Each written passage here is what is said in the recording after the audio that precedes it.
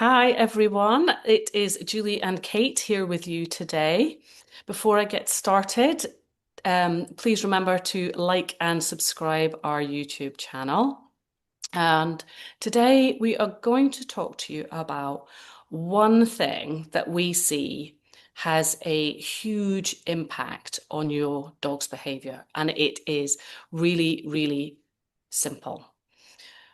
I do want to just caveat it slightly in that the whole of dog listening is made up of four parts of the jigsaw, which we actually spoke about in last week's video. And so that is true, and that gets the best results for you to have the most healthy relationship with your dog and improve any specific behaviors that you're looking to improve. So, with that caveat, what we wanted to almost like give you a little task to try, and we'll talk a little bit about it together first, and then set that for you at the end. Because what we see is that naturally, the way that we live with dogs in the domestic world with our domestic pets is that we are reactive with our dogs rather than responsive. And because of that, we can often innocently create those reactive behaviors in our dogs. And so the first thing we want to just get eyes for is becoming self-aware. Self-aware of what it is we are doing around our dogs before we even start on what our dogs are getting up to. Like, let's get this self-awareness and really think about what it is we're doing day to day with our dogs. Just kind of in our normal around the house, out on the walk, whatever we're doing with our dog. Because when we start to respond, that makes a big difference compared to reacting.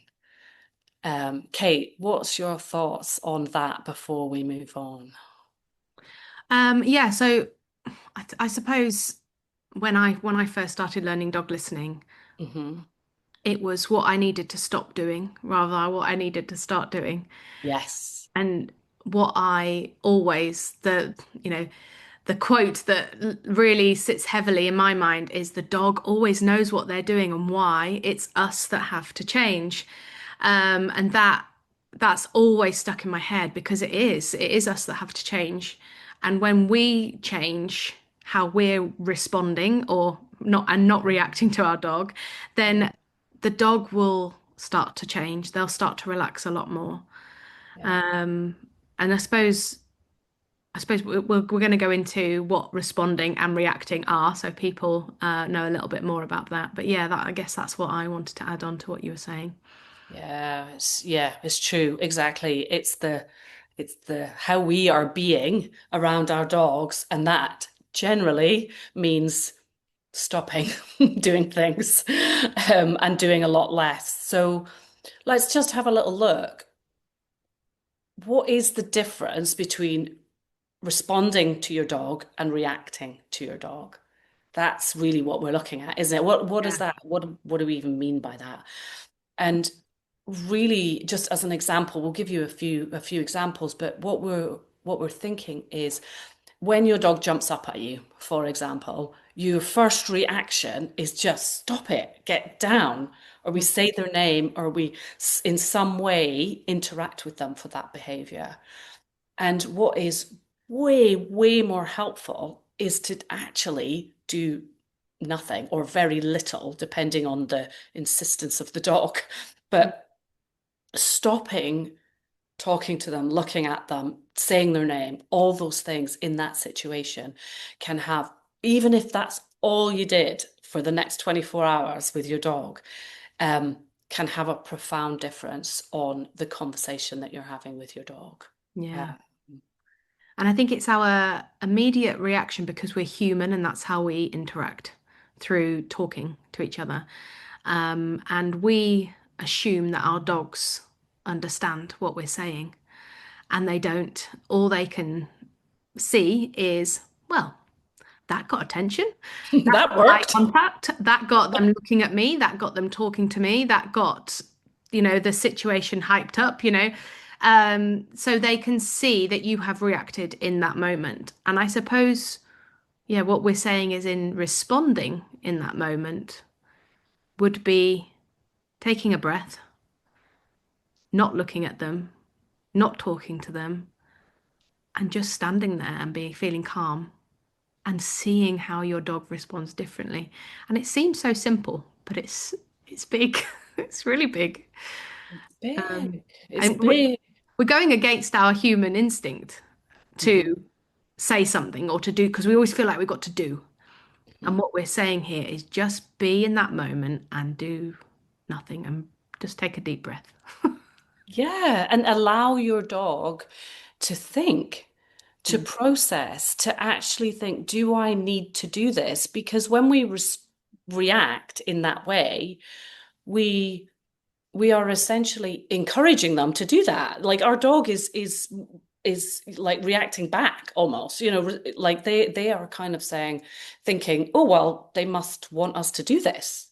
So again, it's innocent, it's a very human response. And what we're talking about here is learning the dog's language. Mm. And so if we want them to stop doing something, then we need to stop encouraging it, Yeah. even though we're, It's the question, it comes back to the question and answer yeah, situations that we kind of talked a little bit back last week.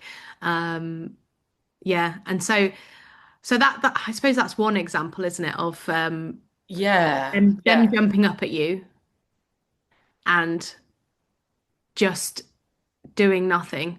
Or you can just instead of saying anything, just guide them away. Or another thing that you can do, which is actually you feel like you're doing nothing, is just simply walk out the room.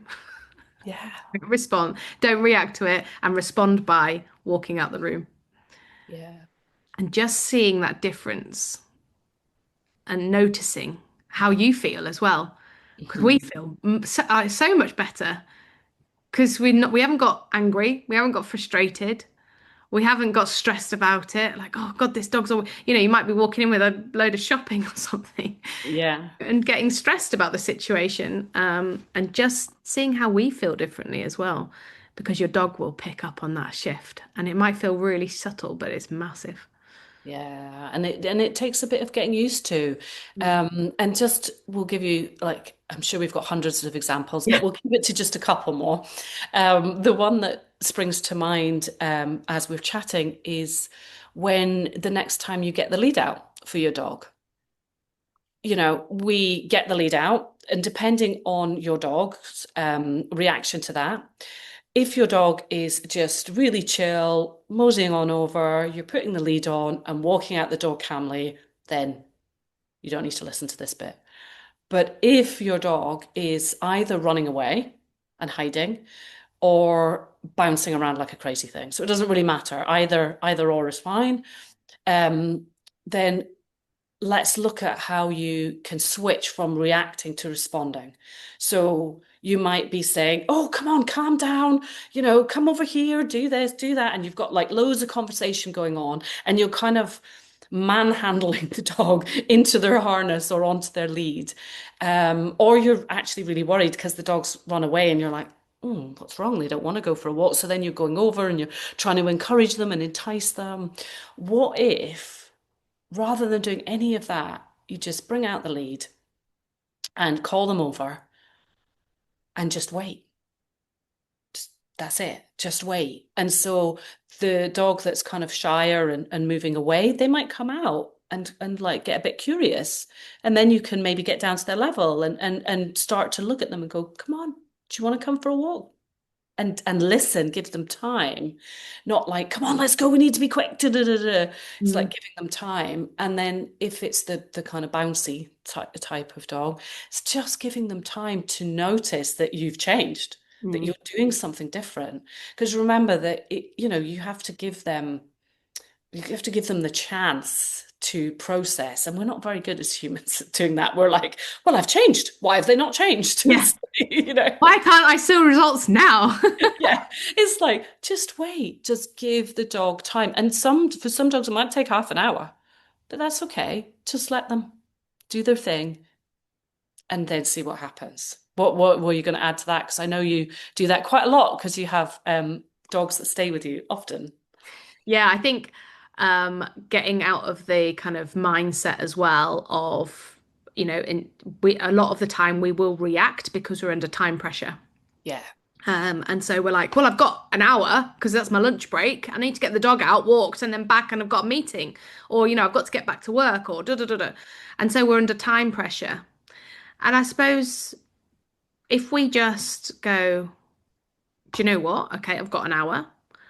If it takes 30 minutes to go out the door calmly with my dog, or for them to come over in a calm way and to get the lead on in a calm way, and for me to just stand here, then it's not forever, but the impact of that is huge on your dog. It's giving, rather than, rushing and not paying the attention to detail and this cycle of miscommunication and you being stressed and your dog being stressed and nobody really enjoying going out for a walk.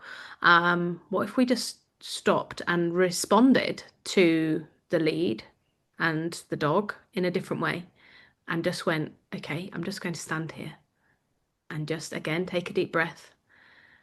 Don't give eye contact. Don't talk to them, which you'll really, really want to. You'll really want to talk to them. No, stop it. Get down. Come here. Just come on. Let's get the lead on. Really try and just say nothing and just stand there and see what they do and see what changes.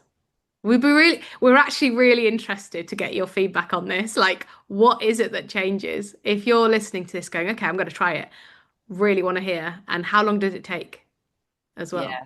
And how long does it take? And remember that when you're just standing and chilling with your dog, with being around your dog, that is time with your dog. Like just when you use that example of the lunch break, it's like, yeah, well, you're having a lunch break. You want to hang out with your dog.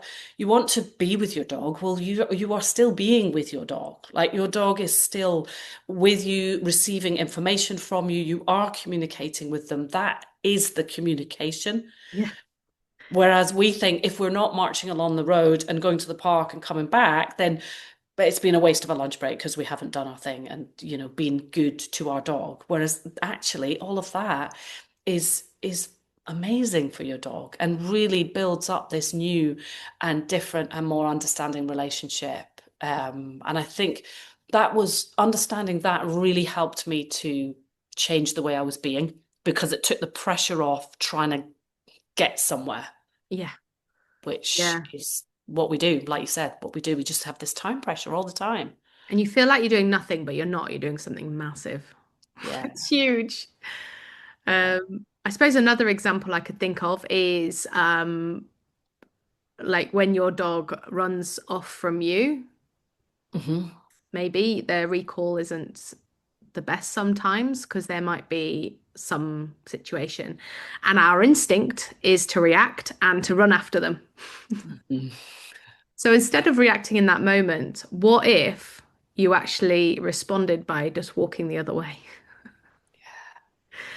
And like sometimes it's a situation where your dog might, I don't know, get run over and you do have to react. You just have to because of their safety. But if you're in a secure location and you know that they're okay, you know, just try walking off the other way and just see. And don't say anything, don't call them. You've already called them once. They've not listened. And so they've just still gone off because they've gone, nope, I'm gonna go do this. And so just respond by going, okay, let's just walk the other way.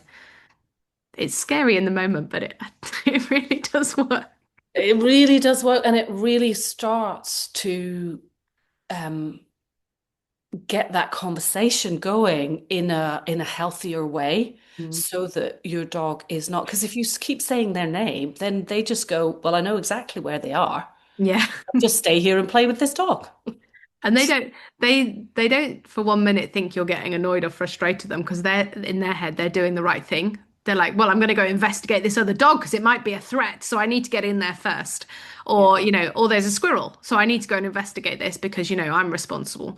And so what you're essentially doing is changing that narrative and going, no, I'm making the decisions and you're walking off the other way. Yeah. Obviously, if your dog is a flight risk, don't do that. You shouldn't Yes. even have your dog off lead, but Yes, indeed, you wouldn't have your dog off lead. no. Yes, this is just an example for if your dog is you know your own dog Mm, and you're in a safe environment and you can try that. I mean, the garden is actually a good place to try that as yeah, well. yeah, just walking inside, yeah. Walking inside and closing the door. Call them once if they choose not to come. Right, Walk see, do inside. it yourself. Bye. Yeah, do it yourself, leave them, and just remember when you do open the door for them to come in, don't be rewarding them Yeah, or saying don't react, anything or respond. react at that point. Just let them come in. It's like, okay, you can come Okay, in. good choice. Good choice. Yes, good choice. Cold outside. Yeah, exactly. It's cold outside or too hot, depending on where you live. But yes, yeah, hopefully that has really sort of made clear, those examples have made clear to you what we're talking about. And in this context, what we mean by reactive and responsive. So, like you said, Kate, if they're about to go on a road, then you are going to become reactive. Of course, you're going to become reactive, but you don't want that to be the norm. Yeah, You the want everyday. the Yeah. you want the um, responsive response to be the norm, and that's really what we're looking at. And so, yes, if you're watching this, look at your watch now, give yourself 24 hours, and just change the way you are around your dog. Be more responsive than reactive in the context that we're talking about. And yeah, pop it into the comments. Let us see. Let Mm, us know. Let us know what your dog does when you change and become more responsive. yeah. And And how then we do you can. feel? What's that? And how do you feel Yes, and how by you doing it? feel when you do it. Exactly. And I Um, guess what I just want to add on to that as well is the information we're giving by responding and not reacting to our dogs is that we're actually really good at, making these big decisions in this world, and they can to look to us and have confidence in us to lead in a really calm, confident way. So yeah, that's what I kind of suppose it all comes back to is the information you're giving your dog and how that shows what kind of person we are and they can trust us. Yes, exactly. Because who wants to, or whoever does trust someone that's constantly reacting all the time? I mean, you just don't, do you? You're like, no, thank you. You want to be around people and animals that are just responding and responding to life. And they're calm, they're not stressing, they're not worried about the time, all these things. So let's just, as a little experiment, try that for the next 24 hours and Yeah, let us know excited. how you get on. Yeah, let us know. We're really excited to see your comments, so please do write below. Thank you very much. Bye for now.